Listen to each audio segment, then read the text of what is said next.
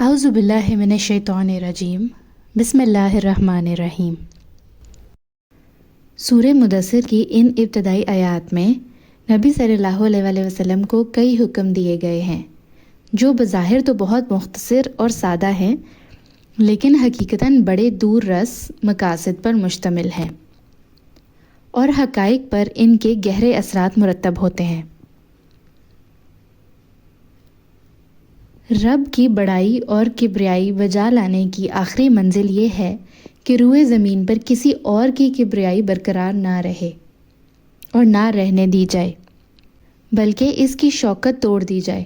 اور اسے الٹ کر رکھ دیا جائے، یہاں تک کہ روئے زمین پر صرف اللہ تعالیٰ کی بڑائی باقی رہے۔ نمبر 2،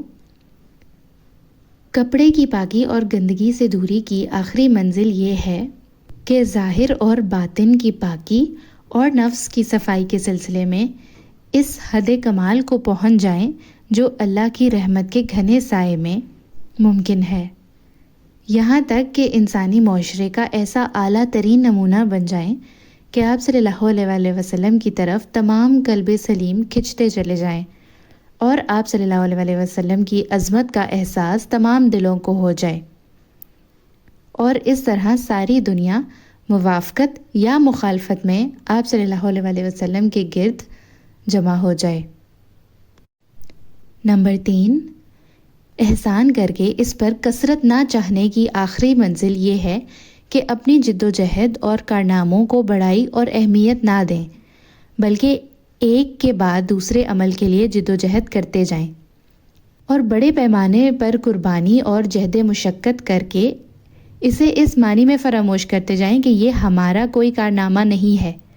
یعنی اللہ کی یاد اور اس کے سامنے جواب دہی کا احساس اپنی جہد مشقت کے احساس پر غالب رہے۔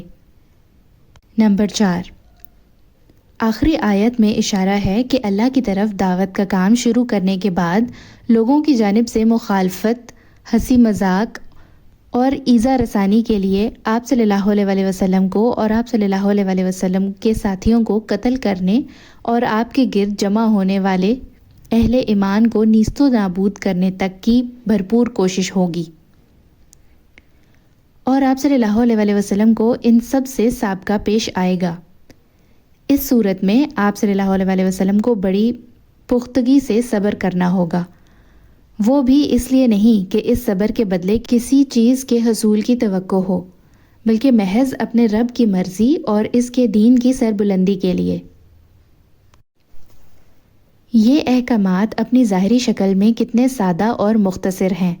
لیکن عمل اور مقصد کے لحاظ سے یہ احکامات کتنے بھاری، کتنے باعظمت اور کتنے سخت ہیں، اور ان کے نتیجے میں کتنی سخت آندھی برپا ہوگی جو ساری دنیا کے گوشے گوشے کو ہلا کر ایک کو دوسرے سے گتھ کر رکھ دے گی۔ اس کے علاوہ انہی مذکورہ آیات میں دعوت اور تبلیغ کا مواد بھی موجود ہے۔ انذار کا مطلب ہی یہ ہے کہ بنی آدم کے کچھ اعمال ایسے ہیں جن کا انجام برا ہے، اور یہ سب کو معلوم ہے کہ اس دنیا میں لوگوں کو نہ تو اس کے سارے اعمال کا بدلہ دیا جاتا ہے اور نہ دیا جا سکتا ہے۔ اس لیے انذار کا ایک تقاضا یہ بھی ہے کہ دنیا کے دنوں کے علاوہ ایک دن ایسا بھی ہونا چاہیے جس میں ہر عمل کا پورا پورا اور ٹھیک ٹھیک بدلہ دیا جا سکے۔ یہی قیامت کا دن، جزا کا دن اور بدلے کا دن ہے۔ پھر اس دن بدلہ دیا جانے کا لازمی تقاضا ہے کہ ہم دنیا میں جو زندگی گزار رہے ہیں اس کے علاوہ بھی ایک زندگی ہو۔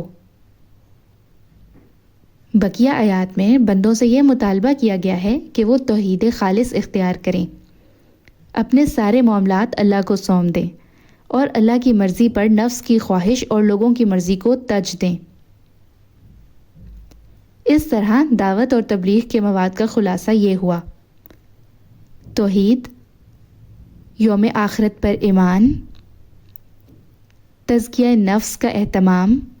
یعنی انجام بد تک لے جانے والے گندے اور فحش کاموں سے پرہیز، اور فضائل و کمالات اور اعمال خیر پر کاربند ہونے کی کوشش۔ اپنے سارے معاملات اللہ کے حوالے اور سپرد کرنا، پھر اس سلسلے کی آخری کڑی یہ ہے کہ یہ سب کچھ نبی صلی اللہ علیہ وسلم کی رسالت پر ایمان لا کر آپ صلی اللہ علیہ وسلم کی باعظمت قیادت اور رشد و ہدایت سے لبریز فرمودات کی روشنی میں انجام دیا جائے۔ پھر ان آیات کا مطلع اللہ بزرگ و برتر کی آواز میں ایک آسمانی ندا پر مشتمل ہے، جس میں نبی صلی اللہ علیہ وسلم کو اس عظیم و جلیل کام کے لیے اٹھنے اور نیند کی چادر پوشی اور بستر کی گرمی سے نکل کر جہاد اور سعی و مشقت کے میدان میں آنے کے لیے کہا گیا ہے۔ اے چادر پوش، اٹھ اور ڈرا۔ گویا یہ کہا جا رہا ہے کہ جسے اپنے لیے جینا ہے وہ تو راحت کی زندگی گزار سکتا ہے، لیکن آپ صلی اللہ علیہ وسلم جو اس زبردست بوجھ کو اٹھا رہے ہیں، تو آپ صلی اللہ علیہ وسلم کو نیند سے کیا تعلق؟ آپ کو راحت سے کیا سروکار؟ آپ کو گرم بستر سے کیا مطلب؟ پرسکون زندگی سے کیا نسبت؟ راحت بخش ساز و سامان سے کیا واسطہ؟ آپ صلی اللہ علیہ وسلم اٹھ جائیں اس کار عظیم کے لیے جو آپ صلی اللہ علیہ وسلم کا منتظر ہے، اس بار گراں کے لیے جو آپ صلی اللہ علیہ وسلم کی خاطر تیار ہے۔ اٹھ جائیں جہد اور مشقت کے لیے، محنت کے لیے اٹھ جائیں کہ اب نیند اور راحت کا وقت گزر چکا، اب آج سے پہم بیداری ہے اور طویل اور پر مشقت جہاد ہے، اور اس کام کے لیے تیار ہو جائیں۔ یہ بڑا عظیم اور پر ہیبت کلمہ ہے۔ اس نے نبی صلی اللہ علیہ وسلم کو پرسکون گھر، گرم آغوش اور نرم بستر سے کھینچ کر تند طوفانوں اور تیز جھڑکوں کے درمیان سمندر میں پھینک دیا اور لوگوں کے ضمیر اور زندگی کے حقائق کی کشائش کے درمیان لا کھڑا کیا۔ پھر رسول اللہ صلی اللہ علیہ وسلم اٹھ گئے اور 20 سال سے زیادہ عرصے تک اٹھے رہے، راحت اور سکون کو چھوڑ دیا۔ زندگی اپنے لیے اور اہل و عیال کے لیے نہیں رہی۔ آپ صلی اللہ علیہ وسلم اٹھے تو اٹھے ہی رہے۔ کام اللہ کی طرف دعوت دینا تھا۔